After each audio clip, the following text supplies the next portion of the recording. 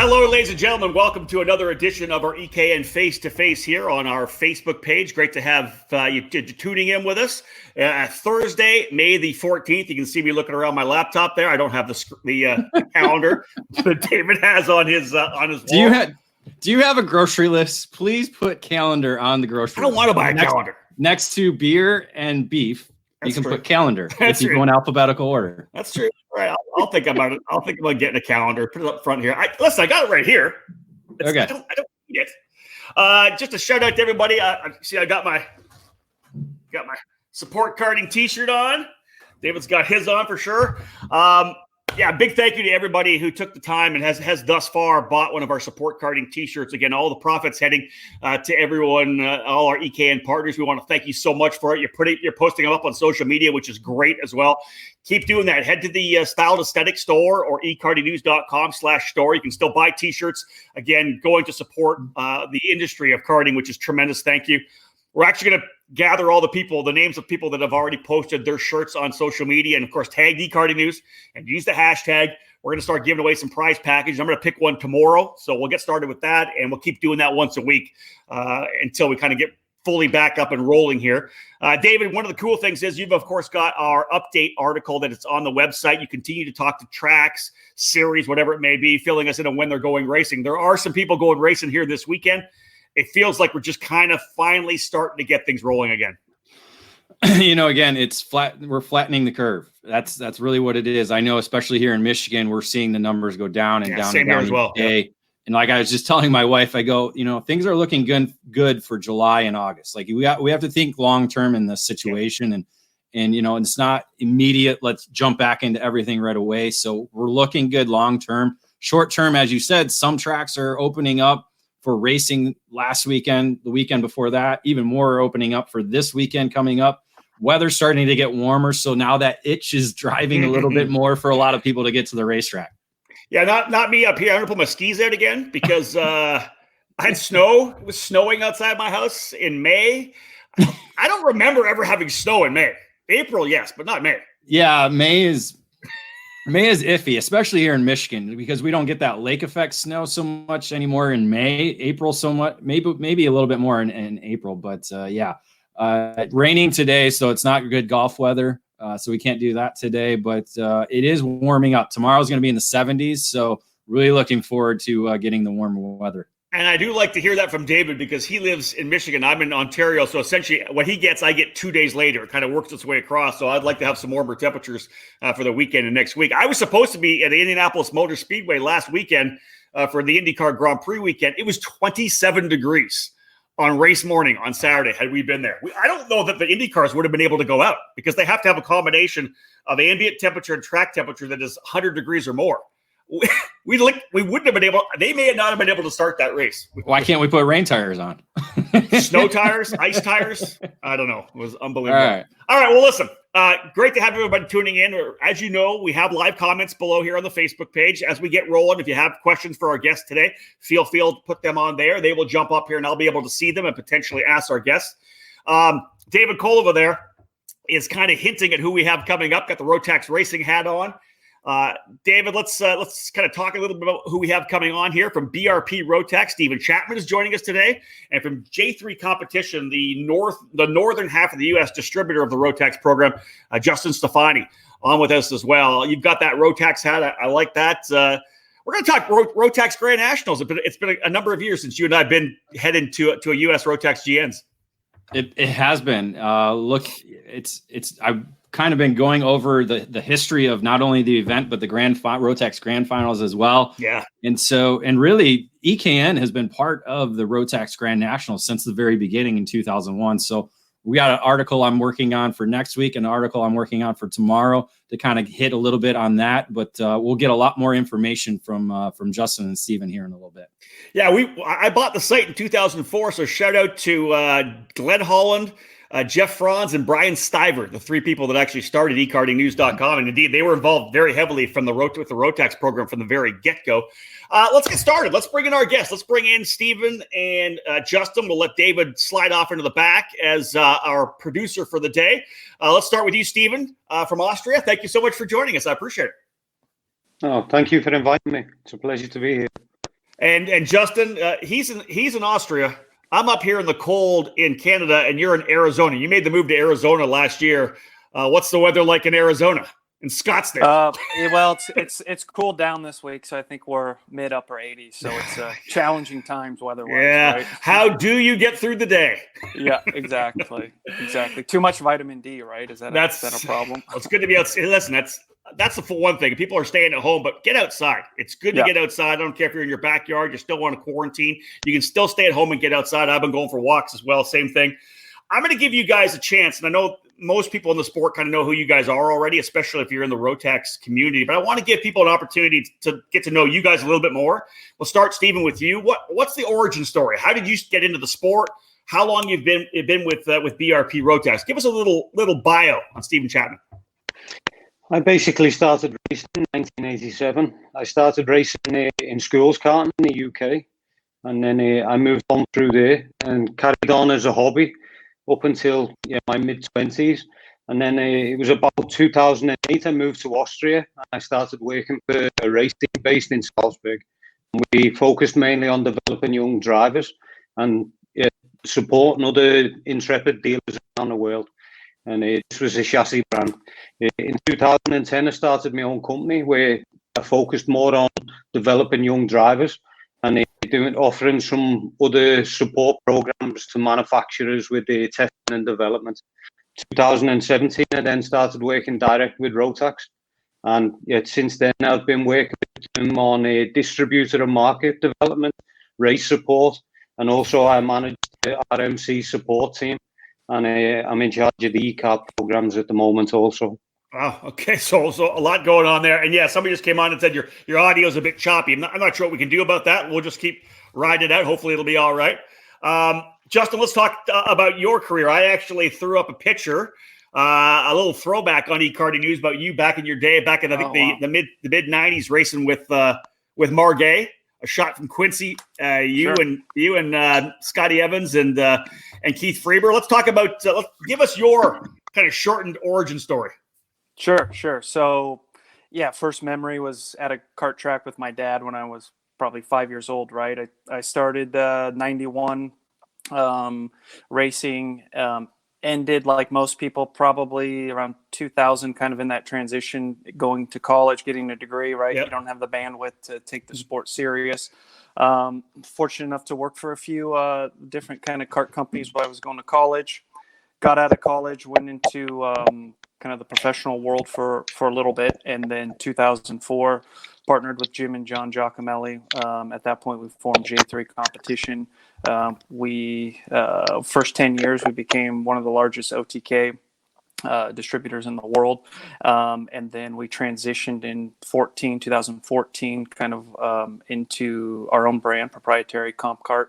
And 2 years ago, roughly, we joined forces with Rotax to kind of start this new mission to kind of complete our company and our identity and work on really the growth of the sport and bringing the sport to not just the same people that are in it, but to new markets and to new people. So that's it in a snapshot. Can we talk a little bit about the process you went through to become the Rotax distributor for the northern half of the U.S.? That obviously was kind of a pivot for you guys from the race team and, of course, with the chassis program, but then to pivot into becoming a distributor. Can you talk a little bit about all that had to go into making that actually happen?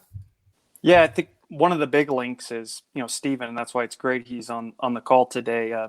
Stephen mentioned his background, and kind of at the time he was coming over to America, I was going to Europe with a couple drivers. We were on a similar trajectory there, competing against one another. He was always a fierce competitor, very detail-oriented and highly professional. So, you always respect your peers and your competitors when you identify I don't want to say the real ones, but kind of the real ones, right? Yeah. So we kind of had a little bit of a relationship from that side of things, nothing crazy. And then he went on to his role at Rotax, and he and I had some dialogue, and that's basically we started working together. It was probably at least a year, I would say, before we came on board, just planning things out, right? Like I think I said in our last podcast, this is a really long-term program that we're on. We believe in the brand, and I like to think that Steven, myself, and Jim and John, we're really aligned very strongly on what we need to do to grow the sport. And that's just not the Rotax brand, of course, but also grow the sport. That's one of our main components. And, we came on board. I was at the grand finals. I think it was 17 in Portugal, and with the driver and Steve and myself and a couple of the other officials from Rotax. We had some meetings, and we finally got it on paper, and we were able to kind of kick the ball down the road, and here we are. Yeah, well, it's interesting. That's kind of a little example of, for those of you maybe new to the sport or new to any kind of business, how crucial developing relationships are, right? You don't know a relationship that you developed 6, 7, 8, 9, 10 years ago, what it's going to end up being like down the road. And Steven, I'm sure you would say the same thing. You're, of course, working closely with Justin, but you also work closely with all the other distributors around the world as well. How important is it for you guys? I mean, that's obviously important. How would you describe the importance to be able to work with a company like J3? Because obviously they've got such a great reputation here in the U.S. and North America. How important and how crucial is it for you to find that kind of partner when you're developing the brand? Oh, for us, it was really important to pick a. You hear me okay? Yeah, we can hear you. Yeah, for me, it was really important that we find a partner who's really focused on customer support and taking care of people. And I know from when I used to race against Justin and his team that they support the customers perfectly. I used to purchase things from J3, and yet the customer service was always perfect for me. So this was an easy choice in picking them as a partner to be a distributor in the US, because I knew that they would do this right. Yeah, and I think that's exactly it. As I said, they've for the years, and Justin talked about the fact of where they were with J3 competition when they kind of rolled in. They immediately have kind of a reputation of what they do. Jim Mayer right there, yeah, a first class operation. That's kind of been the call through the entire time. Let's jump in back with you a bit, Justin. Let's talk a little bit about what are and Steven can come in as well. What are the new initiatives for you guys? You're restarting a brand. We could talk a little bit about the history of kind of the stuff that happened with the old distributor, Max Speed, and some of the issues there were with the engine itself, and some of the updates that continue to come out. I think it lost a little bit of consumer confidence. You guys obviously bringing that back. What are the initial initiatives for you guys coming out of the gate? I think on our end, right, it's just giving that confidence to the customer that, first and foremost, the low-hanging fruit is the product availability and the service, right? You pick up the phone, you go to our online site, you can find not only the product, but you can find all the technical resources. And, we all know you can have a rule book or you can have documentation, but there's nothing like having the face-to-face interaction, being able to pick up the phone, talk to people. We're very tentative to the customer base, right? I mean, you call our office, we answer. So we wanted to just take what we did as a business and obviously first start with giving the confidence to the Rotax brand on that front, right? Obviously, Rotax has made some changes over the product, which we've talked about over the couple shows that we've done, Rob. They've been fairly small changes on the outside, but they've made really big improvements for the end user, the customer, with the longevity of the product, right? With the cost of ownership of the product, right?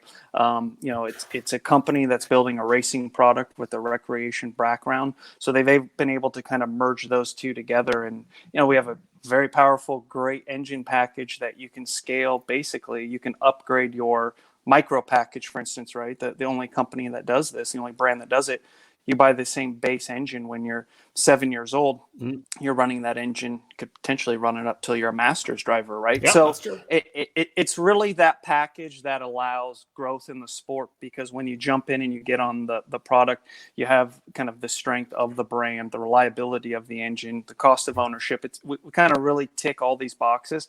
And that's one of the reasons that made us really excited about it, was to work on the growth of the sport. You need to have the quality and the value and the products that you're pushing into the market. And we have that with Rotax. And so, just getting that message out to people, it's been working, it's been growing. More people are purchasing it. They're getting back on the product, and they're either saying, this is awesome, or the people that might have had a bad taste prior are getting back on the product saying, yeah, I actually forgot how great this package is. And that leads to this. And I know this sounds like it's kind of a really a basic introduction. And I know you probably just go to the website and find it or not. But the simple fact is we have a lot of turnover in our sport. Every 3, 4, 5 years, people turn over. So there are people that maybe have no idea what even the Rotax is. I know this is really kind of basic.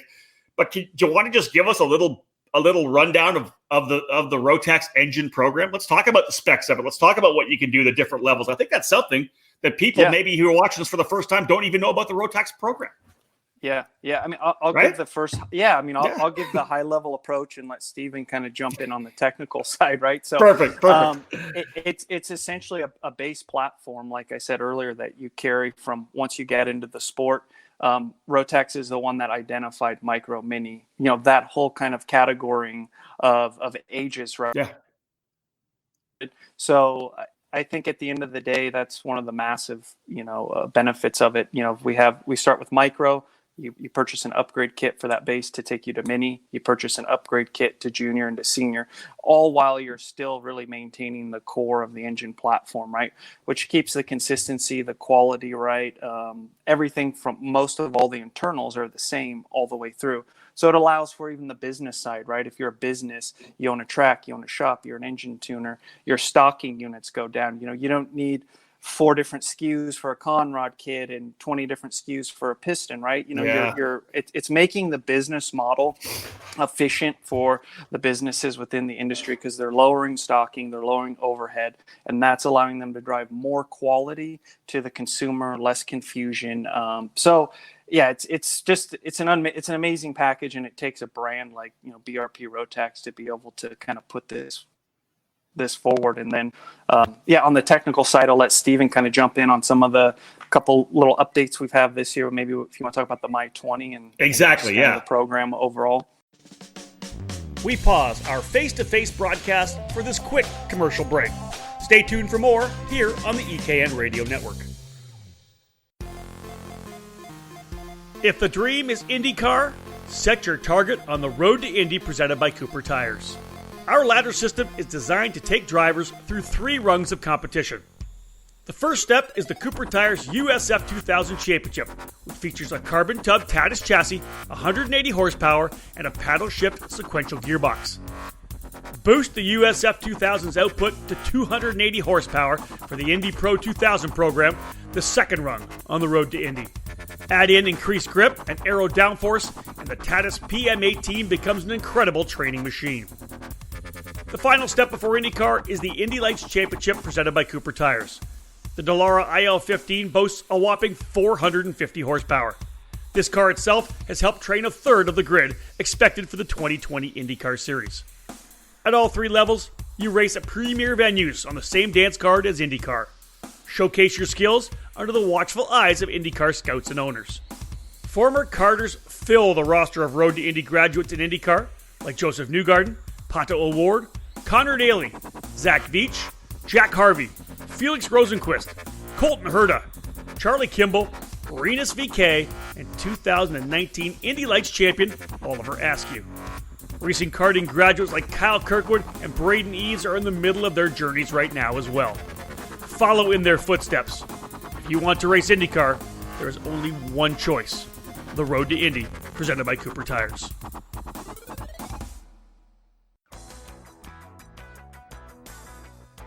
"25 years of experience, 25 years of success."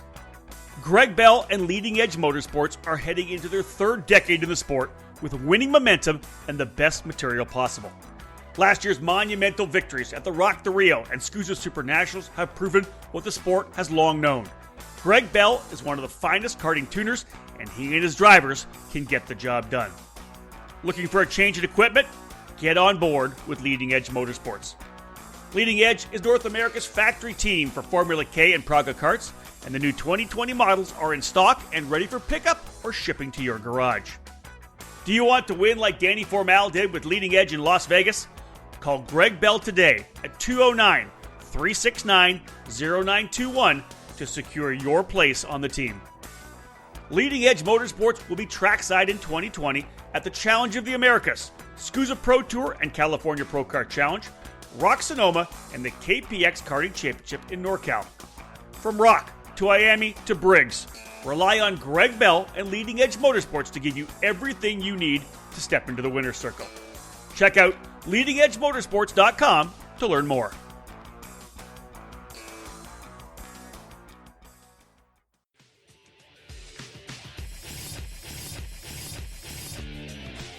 If you're searching for a program to elevate you up the motorsports ladder, Crosslink Competition is your next step.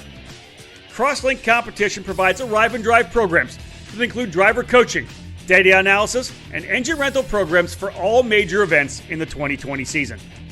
Team Crosslink is scheduled to compete at the SCUSA Pro Tour, Rock Cup USA, and the United States Pro Kart Series events, as well as regional and local programs from their home base in Texas.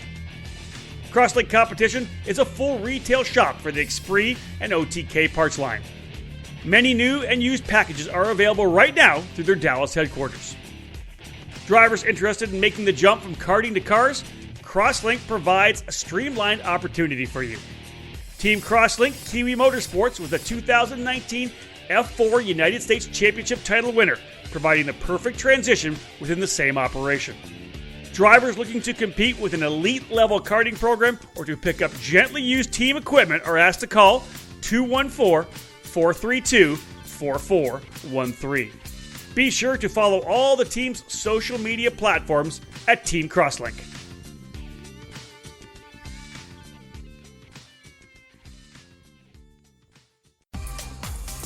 Welcome back to Face2Face on the EKN Radio Network. Well, you know what, too, Stephen? Let's get you to come and just add to it a little bit. Let's talk horsepower numbers, because again, there are a lot of people that don't know about the engine package, the platform, the performance, and what it brings. Then we talk about the MY20 as well. Let's start with performance numbers, because people don't really understand how great the Rotax program is. They don't know enough about it. Yeah, we have basically a package for the starter of the sport. So if you want to call it the 7-8-year-old, which is about 9 horsepower, and it works its way all the way up to about 32 horsepower for the DD2. And yeah, as I say, you've got each age group is catered for with the same engine, principally, apart from the DD2, which is a separate package. So it's really a nice platform, because it allows people to get into the sport and be comfortable with the product right the way through from start to end. And can we talk about the My 20 package that Justin was talking about for the Micro and the Mini? That's a small update package for those engines now. Is that correct? Yeah, the previous Minimax package, for example, was always a detuned Junior. And this was really complicated to install it on a 950 chassis, which is the typical cadet cart. So what we've done is we basically upgraded the Micro package to give it more power and more speed, so it was suitable for the age group that the Mini category is for. And now what we have is a package that really has exceptional parity, the long life, which Rotax really believe in, but it also fits the 950 chassis. And also, because it uses the Micro components, this makes it a cheaper package as a whole anyway. And this also really helps for, if you want to call it, the starters to the sport. So you've got like 8 to 12-year-olds now who can get in with a 950 kart and an engine that's at a cheaper price point than, for example, a 1040 or a 1020 kart with a full-size Junior kit engine. You know, this is a lot of investment for somebody new to the sport, and I think it really ticks a lot of the boxes. And what we seen at the grand finals this year when we launched it was the racing was exceptionally close. You know, there was none of the devils from the past, shall we say, evident. Yeah, I hear what you're saying. All right, and good segue. Let's talk a little bit about the grand finals, and then more globally with the brand as well. The Rotax Grand Finals, of course, it was kind of that model that the other brands have followed, to have this huge, massive event where drivers would qualify their way in for their Nations Cup, kind of the Olympics of karting. They would all come and race from around the world. It's a huge event and continues to be big. Can you talk a little bit about how Rotax is it growing? What kind of excitement do we have in the Rotax program around the world, globally, in all the different areas? Yeah, basically, we've seen now over, let's say, the past 3 years that there's been a constant growth. In most countries, the numbers have been going up. Obviously, when our previous distributor exited in the US, this showed a downturn in the US, obviously, because we didn't have a visible presence in the US, but everywhere the platform's been growing and growing. And the grand finals is really a pinnacle, the end of the year, for our customers around the world to experience something where we give back. You know, it's the true only grand finals. A lot of other manufacturers offer something similar, but nobody really understands until they get there what Rotax offer. It's a free for event. Nobody pays anything. They only have to travel there. All the materials provided. The only thing you have to cover is any accident damage, which is normal. You know, it's really the way that we can define a true world champion of the Rotax world, and I think it lives to the ethos of Rotax. You know, it's equal opportunity for all. Everybody's on the same card, and we have to thank our chassis partners for supporting the project with this. Without them, couldn't do. J3 was one last year with Comcard, and I think Justin can confirm it was really a proud moment to see a full grid of his cards lined up with all the engines ready for that photo. It really is something different, and until you walk into that paddock, nobody understands what it is. It's really exceptional. Well, let's just say this. Always one of the most iconic photos in global karting every year is a shot with all the chassis lined up, everything lined up. It's always just such an amazing photo. Justin, speak to that a little bit. First off, having CompCard, of course, being one of the spec chassis, amazing. Then talk a little bit about as well the role that the U.S. and maybe the rebirth of Rotax in the U.S. will have moving forward. Yeah, I mean, you know, the grand finals was, you know, obviously tremendous last year for two reasons, right? On the other side of the business, we were able to be there for twofold, right? As the Rotax distributor and as a chassis partner. It was unique too, because as Steven said, it was the first year of the My 20 package. So to really see the competition be so close, right? And then obviously it's so exciting, but then you kind of see them on your chassis. It's always a little bit, you know, adds a little bit more to it. Yeah. And I think what it does, right, last year was to see how simple the new package is, with everything being standard on the 950 chassis, is really exciting as we come back. It mobilizes us, J3 Competition, as a business even more with Rotax, because the product is, you know, I hate to say perfect because it sounds biased, but it fits on the 950 chassis like Steven outlined. Prior to that, there were a lot of fitment issues. The fitment issues are gone. So from the average user all the way up to the professional team, now all of a sudden you have, you know, very little time to assemble. The parity's there, and it's exciting. So now we really have the full gamut, if you will, and we have so much confidence in the product. I'll be honest, prior to it, the Mini Max and the Micro Max was always a little bit of that's where you onboard people into your program, right? When they come into the sport, the youth, it was always a little bit of a gray area because of the issues, if you will. I hate to say issues, but with the Mini Max, with that solved now, it's really full steam forward, and we're able to get, you know, from 7-year-olds all the way up with what we feel is, you know, the longest lasting, you know, best package there is. So, you know, we've been getting it into a lot of people's hands. You know, the excitement coming into the U.S. Nationals this year, you know, even on the heels of COVID, where a lot of people haven't been out, has been churning really positively for us. And the interest is there because I think, you know, a lot of people now see the Rotax as that complete system with having the proper micro and mini package. So it's really exciting times. I mean, it's the momentum's there, and yeah, we're looking forward to that one, which looks like it probably be the kind of kickoff back to national or possibly the first big race here in the United States. So, well, you have number one, you have the package, right? So you've got the product. You've got J3 Competition, which has you know, the reputation for being such a first-class operation, being able to do what you've done. You've had a long time in the sport, so you guys are solidified there. The next bit, as you just mentioned, was the U.S. Rotax Grand Nationals. It's back July the 2nd to the 5th. Charlotte Motor Speedway. Again, if you're new to the sport, in the last 5 years, you probably didn't know how much that racetrack was kind of like the center point of major events. North American Karting Championships back in the day. How many Formula One drivers existing now Formula One drivers over the last couple of years actually raced that event? They've repaved the racetrack. Talk a little bit about that, because I think that's kind of the cool factor that you guys are jumping in and doing the Grand Nationals once again. Yeah, it's important to have a good, strong partner with, you know, which we did with WK, right, on the kind of licensing insurance side. But to your tune, and I'm bringing up a good example, my neighbor, I'll say, lives about an hour or a mile from me, is Jace Gezel, who won the Rotax senior race at a race in Pitt last year.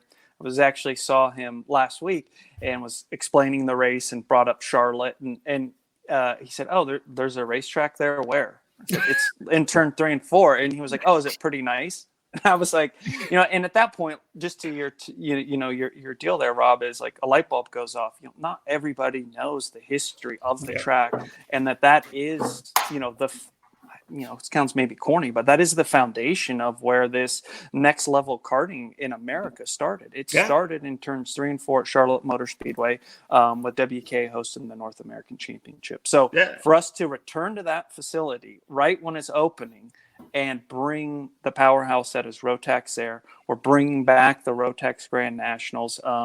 I can't really think of a kind of a bigger storyline, if you will, right? We're excited about it. It's going to be good. Let's throw in the fact that it was the 1998 Formula C World Championships. We're there as well. The World Championships. Fourth win for Gianluca Beja was there. It was amazing with Burrell. We will say this right now because we haven't really announced it yet. We're going to put it on eCard News as well. We're coming for EK and Trackside Live as well. If all works out, I potentially could be there to announce the race, but David will be there for sure. We'll do our full EK and Trackside Live coverage. Looking forward to that. We covered a lot of Grand Nationals over the last 16, 17 years, so we're excited to be able to come back to that. So that's happening for sure. Let's ask about the move, though. I want to give you the opportunity. The race was initially going to be in Pittsburgh, I think. You guys selected to move it to Charlotte. What was the motivation behind that? Was it just the simple fact you had the opportunity to go to Charlotte? It was a couple things, right? I think the opportunity, and then amidst the COVID issues, right? Obviously, when you look at the state of Pennsylvania as a whole, you get into the western part where Pittsburgh is. It's pretty excluded from, let's say, the Philadelphia area. You kind of get into that Philadelphia, New York City, Baltimore area. People, it's a hot spot for COVID, right? So what happens is with the high density over there, a lot of those regulations probably shouldn't pertain to the western part of the state, but they do. So we knew that was going to be an issue. And we just really put our heads together. And then, the opportunity came about. And with North Carolina being obviously motorsports, them in Indianapolis, right? We had a really strong feeling that if there were going to be states that were going to open up and allow motorsports activities to take place, you have to put North.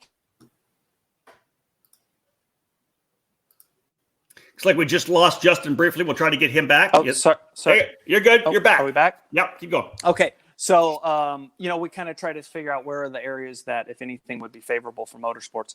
North Carolina was at the top of the list, right? So it was definitely kind of a perfect storm that led that to happen. I think they just did another push at pit race. I think they pushed back a month, for their club racing, right? So I think in the end, it's going to work out well. Plus, it was on a July 4th weekend. We have a tremendously good relationship with Pitt. But they have a tremendous rental cart program. So if there's any weekend where you're going to be able to generate revenue, it's July 4th. So when we looked at it that from a partnership standpoint, we're probably giving them back maybe even a bigger profit center. I was going to say, probably. So it worked out really well from that standpoint. It wasn't like we were, in the middle of October when there was nothing going on and we took a revenue stream from them. So, and it was just like I said, a perfect storm, but we definitely kind of took those two factors in, and I think it's gonna work out well, and so that's kind of it. Let's talk a little bit about the structure of the event as well, Justin, because the Stars and Stripes events that you guys had run when you were kind of rebuilding the program, getting started, you used the engine lottery. That's not happening for the Grand Nationals, right? It's owner engines coming in like they always have been, right? Talk about that a little bit. Yeah, so it'll be basically like any race that people have done, any really race up until last year when we did the lottery system. So we've opened it up due to obviously some potential supply issues, some uncertainties, right, with COVID. So, in the past, you've always had to run a U.S. engine. Now we've opened that up to allow international engines to be used, right? So if there's a certain service center or sealing agent in a different country, right? Obviously, everything has to be to the 2020 technical regulations, but you're able to do that. So then that opens up certain teams, people where they want to get engines. They can do what they feel. So we've kind of, I think, ticked that box for the consumer and said, hey, now a supply side issue for the engines. Who do I get to get my engine from? It's pretty much open. We have a full page on racerotax.com. all the service providers. We have some of the best in the world, some of the best in North America that have already committed. They have rentals, they have service platforms. I've been getting contacted from several of them who've already been getting rentals booked. That's awesome. That system's worked well. It'll be actually a 4-day show. Originally, we planned to do them in 3 days. We did the 4th day, because it's the holiday, so we thought people kind of like the extra day. Plus, we have to be honest with ourselves, people haven't been immersed in the Rotax program as much, so That's we true. felt it's important for us to, even the little simple nuances, if you give somebody an extra day to figure out the package, although I wouldn't say there's anything to figure out, but little things like maybe mounting the exhaust or airbox or fuel, just the little things. If you give the consumer a little bit more time to be prepared, because it's going to be a good race with a tremendous prize package, grand finals tickets. We have several other things that we're handing out. And then it'll be a 3-day or a 2-day racing event, right? We'll do qualifying, 3 heats, a super heat or pre-final, if you will, and then our final. We're sticking with the 1 set of race tires. So once you qualify, that's your set of tires all the way through the final. Wow. It's so there's tire management. It gets back to BRP's principal approach to creating a platform that reduces costs for the end users. Mm-hmm. 1 set of race tires, qualifying, 3 heats, super heat, and a final.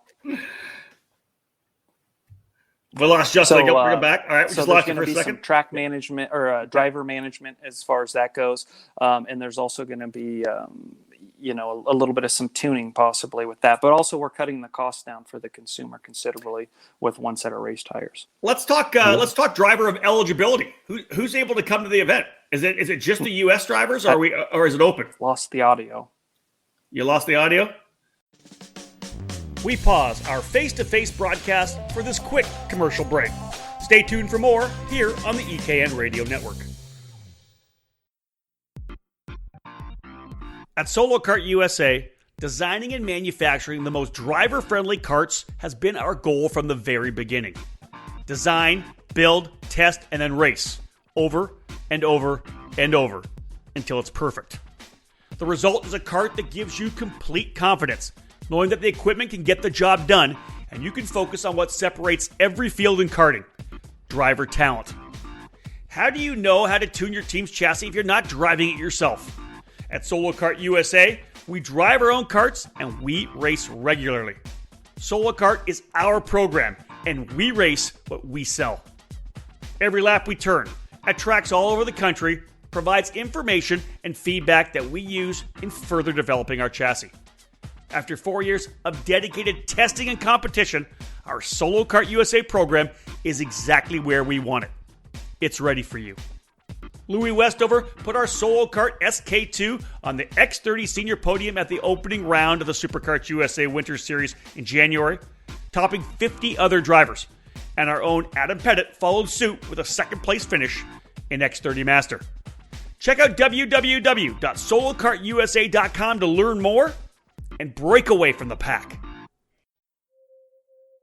In 2020, PSL Karting will enter its 21st year of serving the North American karting community, and they're proud to be North America's importer and distributor for the legendary Burrell Art brand, having once again won Burrell Art's Distributor of the Year. PSL Karting is your source for all things Burrell Art, providing this top quality product both through their expansive dealer network or through their own pslkarting.com online store. We have over 100 karts in stock at all times, including the new Charles Leclerc line of karts carrying the name of Ferrari's Formula One pilot. PSL Karting can provide you with a Burrell Art, Ricardo, or Charles Leclerc turnkey package with an IAME, Rotax, Rock, or Briggs power plant, complete and ready to race. Whatever you need is available 24/7 at our online store, including parts and components, consumables like AMSOIL, Motul, and Rotax XPS engine oil, and Vroom lubricants, Micron data acquisition systems and Unipro, and driver safety gear from Bell, Arai, Freem, and Alpine Stars. Trackside, we're also the karting distributor for Bell Racing USA. Our race trailer is always stocked with Bell helmets and components. Our Arrive and Drive programs, supported by PSL's experienced staff and in-house engine program, are available for all major U.S. and Canadian events. When you're ready to win, call PSL Karting or visit one of our dealers.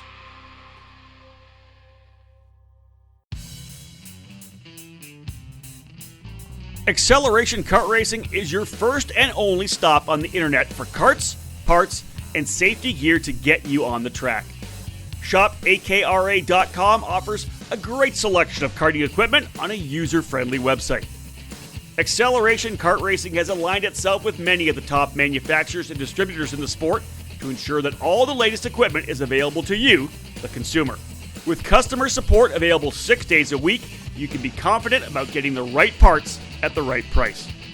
Be sure to visit shopakr.com today or stop by their headquarters in Las Vegas. Also, follow them on Facebook, Twitter, and Instagram for the latest specials, clearance items, and new products.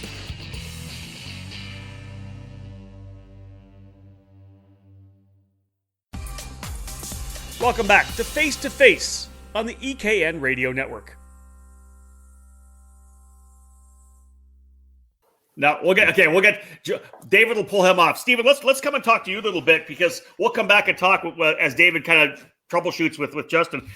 You've been obviously, I would assume, U.S. Rotax Grand Nationals before. How does their approach kind of compare to the other nations that do this? Do they do a one-off race like this? Some countries do. I think in the bigger countries like the US, I think it carries a lot of weight to do a one-off.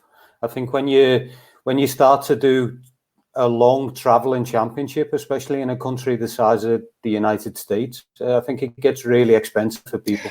Yeah. And I think fundamentally the traveling championships are killing the base of the sport, to be fair.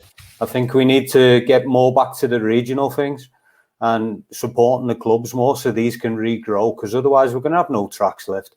We see this constantly. The tracks around the world are struggling, and if we don't support the club racing and the regional racing, we're all going to struggle in the long run. And I believe the big events should be short, sweet, and not taken away from that side of the sport.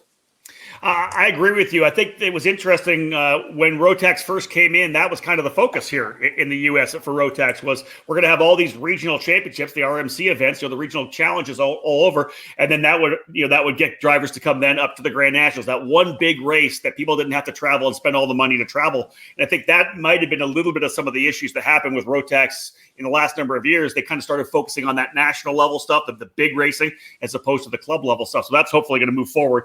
We've got Justin back. Justin, let's jump back in. We just talked very briefly about. I asked Steven about what other countries look like in terms of qualifying drivers. Did they have events like yours? And he likes the fact that we're kind of maybe potentially getting away from spending all that money traveling around the country. You're able to have one major event that allows drivers to come in. What I wanted to talk to you about was normally in the past, the Grand Nationals have been for U.S. drivers. This particular year, is it U.S.? I think you've opened it up, I think, for this first race. Have you not? Yeah.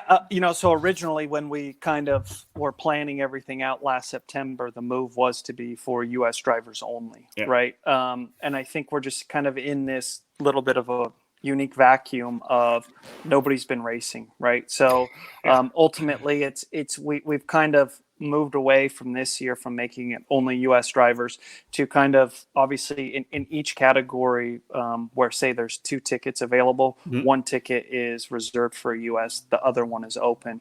If you look in our micro category, we actually have 3 tickets in Micro Max, which is really tremendous. All 3 of those are for American drivers only. So if you go to racerotax.com, you click on the Grand Nationals button, it'll have all the awards and have it all spelled out.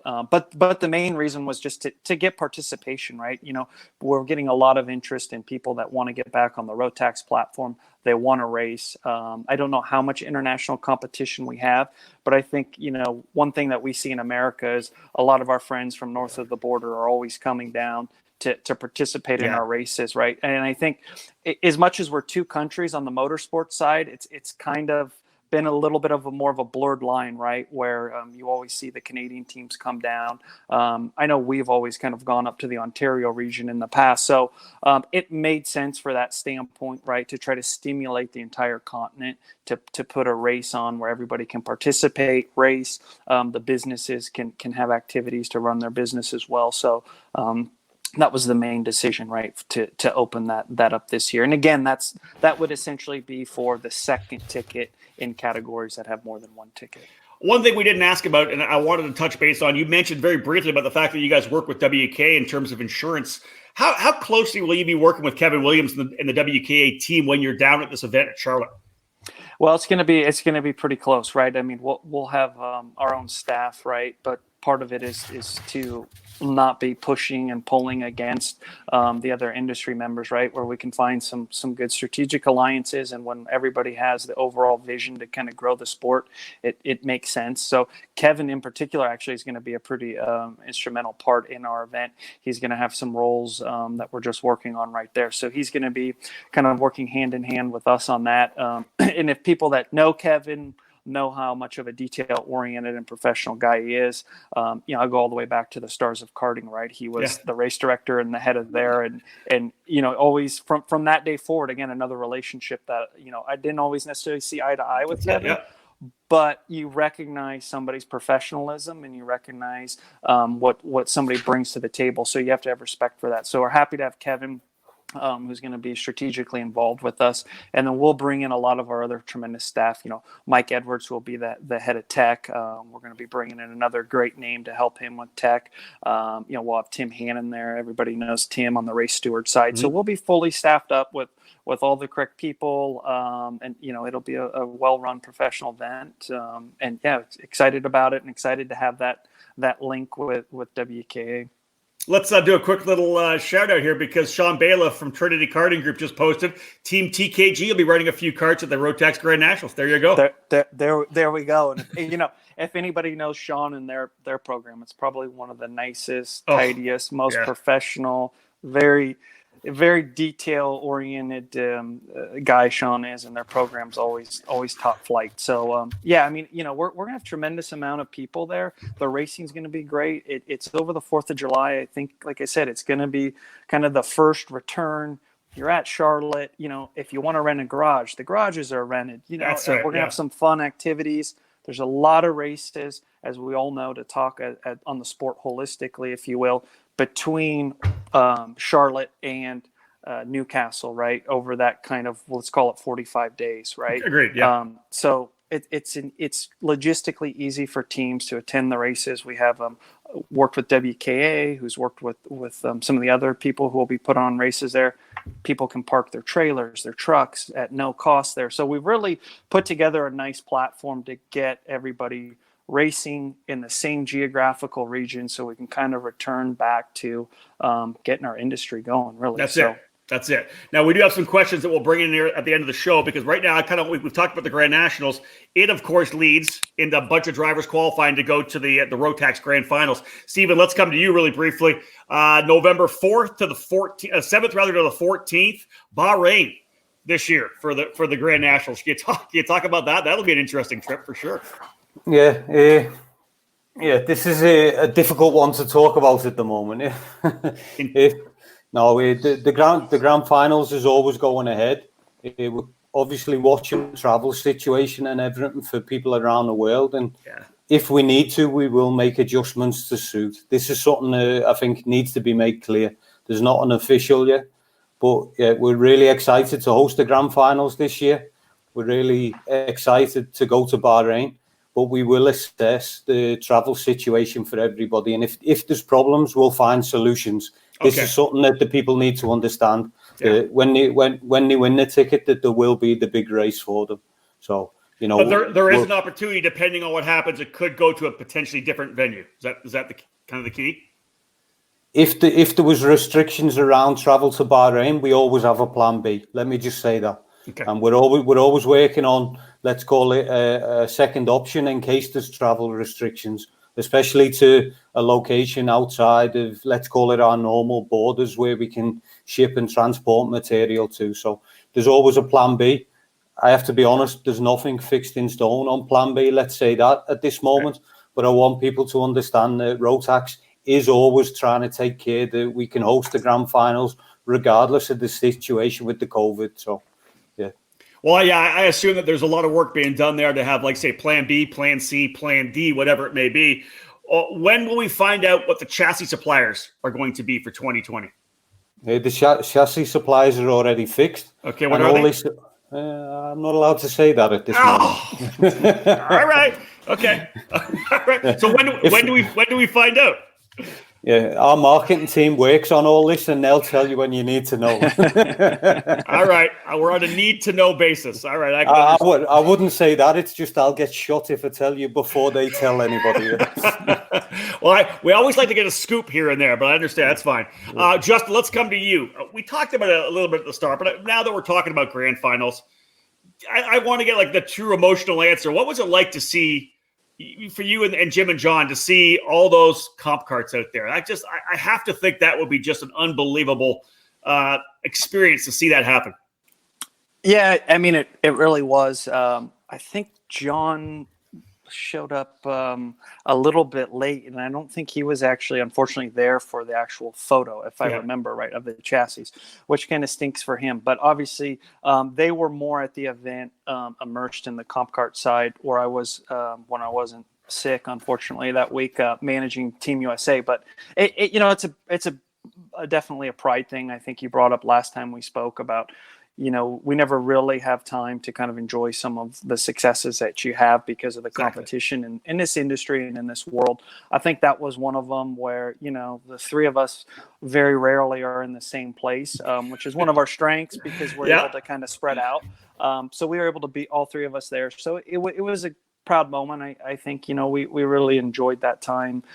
Just the three of us being able to be together, and then you kind of get a bond around a race like that and see the cart, which is, it was pretty awesome. And, it was, even for our dealers and our partners and our distributors around the world, it was a big moment for them. And, we were definitely happy about it. And I would say that's a big moment, but, being at that race and two things that really strike you is when you see the drivers put on the Team USA suits and the Team USA clothing, which obviously I'm partial to our country and I'm partial to the design work and what we've done on that side, which was mainly Jim. You got to kind of, for me at least, because I'm very patriotic, you get a little bit choked up when you see that, and then you kind of see all the other countries, and it really hits you like a sledgehammer what the race is about, how big our sport is, and everybody is genuinely at this race, and everyone's got a smile on their face. Yeah. They're talking, they're having a good time. It's not like a lot of the other stuff we do, which is so cutthroat and at times toxic, and you ask yourself, why does it have to be like that, right? You understand the competition side, you want to beat your competitor, but that's pretty amazing. And to see the drivers we had last year, tremendously good quality drivers, carrying the American flag around. I think that's been Luca Mars's job over the last 2 years. But when you see that draped over the drivers, that's probably as much as of the comp cart side as anything. It's pretty remarkable feeling, and it's like Steven outlined, it's really an event like no other. Well, let me add this in as we get close to the end of this here. I've been doing Instagram live interviews for my Road to Indy Insider page. Of course, I'm the announcer as well for the Road to Indy, and so many of these drivers I'm talking to who are going to be the future stars of the NTT IndyCar Series, inevitably, when we're talking about their origin story, they talk about the time when they were part of Team USA. That was one of the things that they just absolutely, the races they went to, Stingray Robb, all these guys that had gone up the ranks. I thought that was amazing. One thing we are doing here, Justin, we're kind of working with you and some other people. We're talking about, or David is actually putting together an article that is going to be kind of the history of Team USA at the Grand Finals. This year will be the 20th anniversary, I believe, of Team USA running the Grand Finals. Anything in particular, anything special happen with you guys? We always try to do something good. I think this year for Team USA, it's gonna be a little bit more special. This year also marks the 100-year anniversary of Rotax as well. So Rotax in itself, has some stuff planned. We have a few special things planned for the Grand Finals. We have a couple partner sponsors that we'll be announcing soon that are going to do some pretty cool things for the Team USA members. But yeah, I mean, when you start to look at that list and you go back and there's some iconic names, right, in our sport that might not be in the sport now, but there's some that are still in the sport and they're actively involved. And like you said, such a high turnover, people don't realize, we can bring up names that are pretty frequent, but we can go all the way back to some of the older school names that have been part of the Rotax program, and it's goes to show you the depth and the foundation. Yeah. And it's definitely exciting. This does mark kind of the 20th year for it being here in the U.S. So we do have some stuff planned for the Team USA members that do make it, so it should be good. And we're working on the article with David, which I think is going to shed a lot of light not only in our program, but the idea is to bring back people that are in the industry and kind of bring their depth to the sport and their legitimacy to the market, and say, hey, this guy is the real deal. He did, he was been in this for 20 years or 15 years or whatever. So it'll be exciting when we get that piece done. We pause our face-to-face broadcast for this quick commercial break. Stay tuned for more here on the EKN Radio Network. You've heard and read about us. We are the Rawlson Performance Group. We race to win. Our senior program is the best in the sport, and we have the SCUSA Pro Tour X30 Senior Championship to prove it. Our coaching staff includes 4-time SCUSA National Champion Ryan Norberg, 3-time SCUSA Supernats winner Bonner Moulton, SCUSA Pro Tour X30 Junior Champion, 2015 Rotax Grand Finals Vice Champion, and Junior Development Specialist Luke Selkin, and our hands-on owner, multi-time champion, and IKF Duffy winner Mike Rawlson. This isn't sideline coaching. We're on track, and we dogfight with you. It's like nothing you've ever experienced. You learn more and more with every single lap. Our seniors win races, like Hannah Greenmeyer at the SCUSA Winter Series opener in Florida. And they win because they've been trained, coached, and honed by our RPG staff. Hurricane Hannah is proof positive. If you're a mini driver ready to move up, or a junior driver who's done with running mid-pack, join the team that will develop your skills and take you to the podium. At the Rawlson Performance Group, we turn juniors into pros. In 2020, we'll be racing at the SCUSA Winter Series, Pro Tour and California Pro Kart Challenge, the Florida Winter Tour, and the United States Pro Kart Series, as well as the IKF Northwest region. If you want to fight for championships, or want to improve your skills and your chances to win, the answer is to call RPG at 503-260-4514. We're the Rawlson Performance Group. We race to win.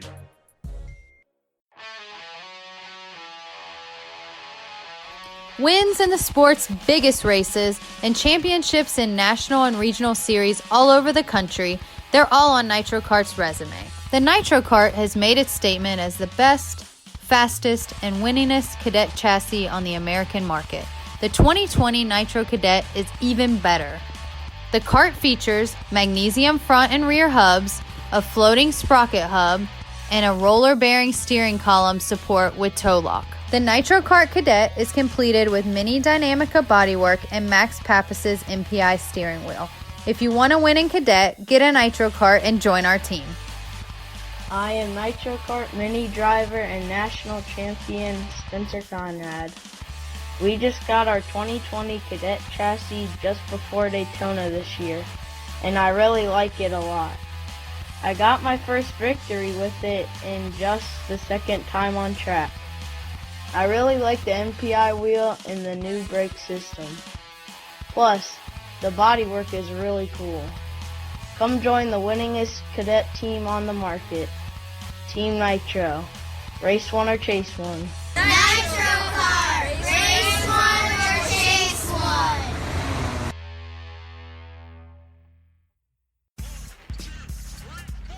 Every winter, young drivers take the leap up to the next class.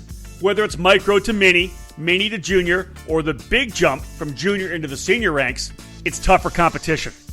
If your son or daughter are moving up a class in 2020, give them exactly what they need to be ready. Professional coaching from the most respected teacher in the sport. With over 30 years of karting experience, Alan Rudolph and his staff at the Alan Rudolph Racing Academy specialize in training young racers and accelerating their skills so that they're ready for the next challenge. Don't just invest in equipment, invest in your driver. Bring them to the Alan Rudolph Racing Academy at Speed Sports Racing Park in Houston and invest in their skill development. Get them ready to take on that next on-track challenge, better prepared than ever. Get ready for 2020 by calling the Alan Rudolph Racing Academy at 866-607-7223. Head to speedsportsracingpark.com to learn more. Welcome back to Face2Face on the EKN Radio Network. I look forward to hearing from some of these drivers. I remember when David and I first went to our first was Portugal. I think 2006 was our first the Grand Nationals that David and I went to. Right straight from the Super Nationals, right straight there, and it was amazing. Of course, he's American, I'm Canadian, but I spent a lot of time down south, and it was like you said, there was that weird the feeling of being there with Team Canada and Team USA, and it was people that would battle each other all year long, hate each other, wreck each other, and then they were teammates. At that particular weekend. I remember that was just such a fantastic weekend. Now. We have some questions. I want to jump in. We're almost at the end of the show. I want to ask a couple of questions. Kind of goes back to the very start. Tom Harleman asked a good question. David, back at 220, how much are rebuilds and how often does it need to be done? Here's a guy that's been racing for a number of years in 206. Doesn't know a lot about Rotax. Neither does a lot. So there's a question for you. How much are rebuilds and how often do you have to rebuild a Rotax engine? I'll let Steven go on kind of the hours per category, and then I can jump back and give you kind of what the estimated cost looks like. Okay. For rebuild times, we know that the engines will run for 40 hours plus comfortably in all the categories. They'll be competitive up until that time, and we've verified this on the dyno and the test benches. And in my hands, I work for customers who had the budget to spend a lot of money on engine rebuilds if they wanted. And I'll be honest, I only verified them in the middle of the season. I would rebuild them over the winter and I'd run them all season, the engines. They don't need the attention that some people like to sell or believe that they do. It really is long life. You know, you need to do basic things like changing the diaphragm for the fuel pump kit, keeping it clean and tidy, oiling the gearbox, just general maintenance. But the full rebuild once a year is normal for most of the users. This is all that you need. Maybe if you do an extreme amount of racing twice a year, but definitely no more than this. Obviously, one of the issues that we had a number of years ago were the different updates. Matthew Del Sol asks, how has Rotax worked on limiting updates that are added to the motors? He says, as a former driver who just couldn't afford the updates that were done during my time in the Rotax class, that eventually led me to having to leave the sport. Stephen, we can come to you. Justin, you can ask this. What's the, updating the updates have been an issue. What's the plan moving forward for updates? There is no plan for any updates, to be honest. I think if we roll back historically, the first, let's call it wave of updates, like a lot of the US customers experienced, was mainly the cylinder. Yeah. And this was all done around improving parity. And I think anybody who's experienced the Rotax product now, they can put their hand on the heart and say with the digital cylinder, they're the same. They're really the same. You don't have to go looking for a special one or anything else. There's really parity out the box. We've seen this when we done the WCKC in Canada, and we had raffle engines which came straight from the factory, and they were actually doing fastest laps and winning the races in a national championship in Canada against people who had tuned engines. When we say tuned, rebuilt engines by an engine builder. So I think this proves that we have now parity out the box. When the Evo introduction came in, I'm not going to lie, there was some issues around the installation of the electrics. A lot of it was around how friendly it was to install to the kart, and this made it a little bit vulnerable. And then we done another wave of updates to improve this. And I understand it that people didn't like the updates, but they were required so people could take the engine out the box, put it on the kart, and have no headaches. What we want as a manufacturer is that the product is easy to use and long life, and there's nothing worse than we live and keep going with a component that's not suitable. And that's why there was the change to the wiring harness, for example. And I think what we have now is really a stable product, which has been like this now for a few years. So when we talk about constant updates, fundamentally, performance-wise, there's been no change since I think it's 3 years now. Okay. So it's really a stable platform. We see very, very few issues now. Like, I'm part of the support team that goes to tracks around the world and supports customers. And the people who are familiar with putting it on the kart, they have so few issues. We're really not busy. We're more now providing support, how to help people understand data and get the most out of the product and be fast, rather than, let's say, supporting them with mechanical or physical problems with the package. It's really easy to work with. And Justin, that's got to be for you as the distributor. That's got to be the beauty of this program right now, that you're able to, that you know that the product you have has been sorted, it's locked in, no updates planned, and now you can just go to work. No, exactly. And that's what, I was in Portugal in 17, about 3 years ago. Well, it was before then, but, to verify everything, that was, again, one of those confidence factors. And you kind of brought up cost, or the question was about cost. Yeah. When you actually look at the cycle time in which you need to rebuild versus a competitive, a product that competes, if you will, against the Rotax, I mean, you're nearly 4 times less rebuilds, right?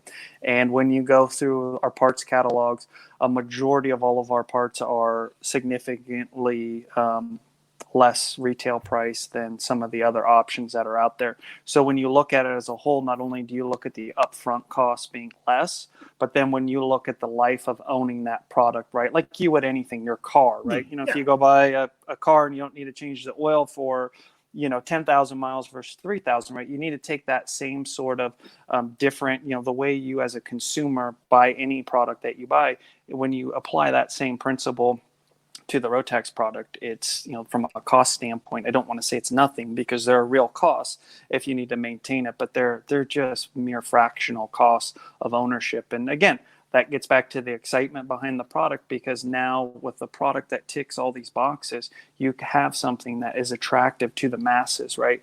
It's just not attractive to, that small subset of people. We're able to go attract new people through a lot of our different kind of exciting initiatives, and people get on the product. And there's nothing better than, grabbing your bag of golf clubs and going to the driving range, right? And not having to spend any costs. And there's nothing better than putting your cart in the back of the pickup truck, going and doing a practice day. You hit the button or hit the rocker switch, in our case, it fires up every time, which I'll use Steven's analogy. I think anybody that has ever, used a Rotax will put their hand on their heart and say, the thing always starts and it always runs, right? And that's what we need in the sport, and that's what you need to grow the sport, right? You need to have products that tick all those boxes. So. All right, well, let's wrap this thing up. Stephen, final words from you. Let's maybe allow you to speak kind of globally from what we end up having left of whatever 2020 is going to be, this weird season, and of course moving on to 2021 and beyond. Yeah, just something to add off the back of what Justin said there. We also have the warranty, which is really important that the people understand this. If something breaks, Rotax stand behind it. It's warranted. So this is important that people understand this system. If they don't understand it, they need to speak to the service centres or J3 and find out about this. Okay. This is the confidence that we have in the product, that it's not going to fail. And if it does fail, we stand there behind the customer and help them get them back on track. And this is something that I don't believe any other manufacturer offers.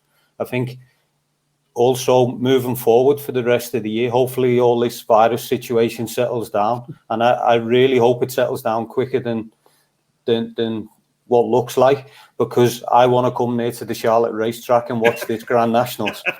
Yeah, we want to have you there as well. No doubt about that. All right, Justin, let's wrap up with you. Final thoughts here on this edition of Face to Face?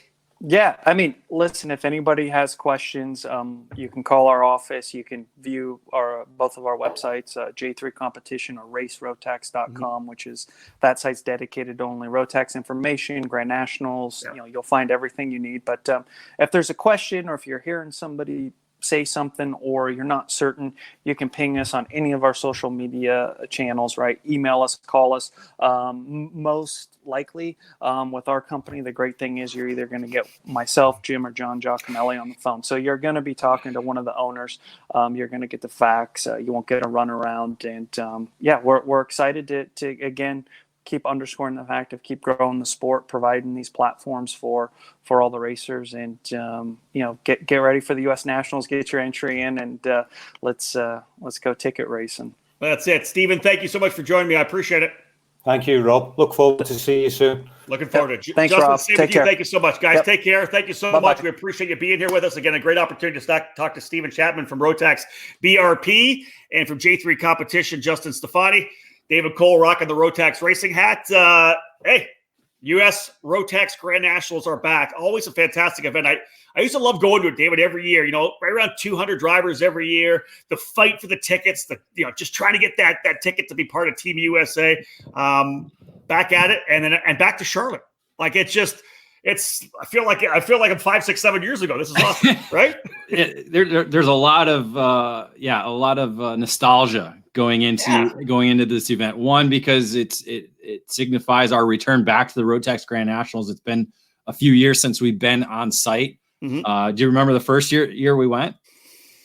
First year, was it Centennial? It was 2007. Yeah. Centennial. That's right. Okay. Yeah. So that'll be in our article that'll be coming out tomorrow, talking about how we're going to be at track. But yeah, again, Charlotte, we haven't been there in a few years, and just to see that historic track repaved, and then just the fact, as Justin alluded to, this is going to be the first big national event that we'll probably be at since the COVID-19 pandemic hit us. So it's going to be a very interesting time.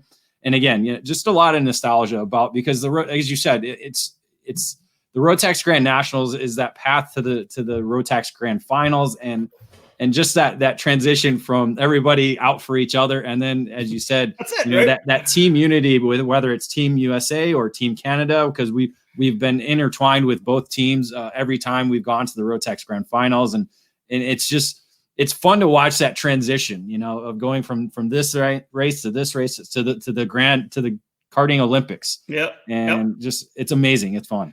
Well, one thing we've talked about doing, I think we were going to do it tomorrow, but I'm not sure we're going to do it or not. We talked about doing our happy hour with Howden. I know you played one of the old, actually our very first happy hour with Howden from a Stars of Karting race. You played on the EKN radio network. Yeah, we played that yesterday. That included Paul Zalud. Justin mentioned it, Stars of Karting owner at the time in 2000. This was 2005.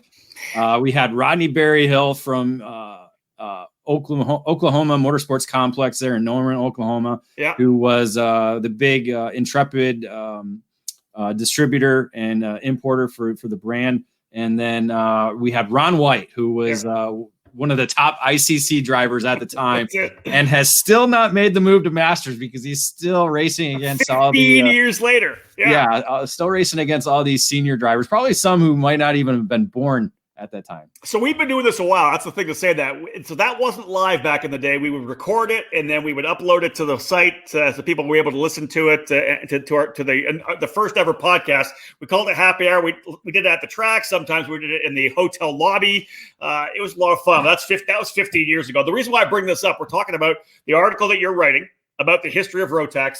In one of the happy hours, we'll talk about our trip from the Super Nationals, where we stayed up and drank all night long. Don't ruin it. Don't.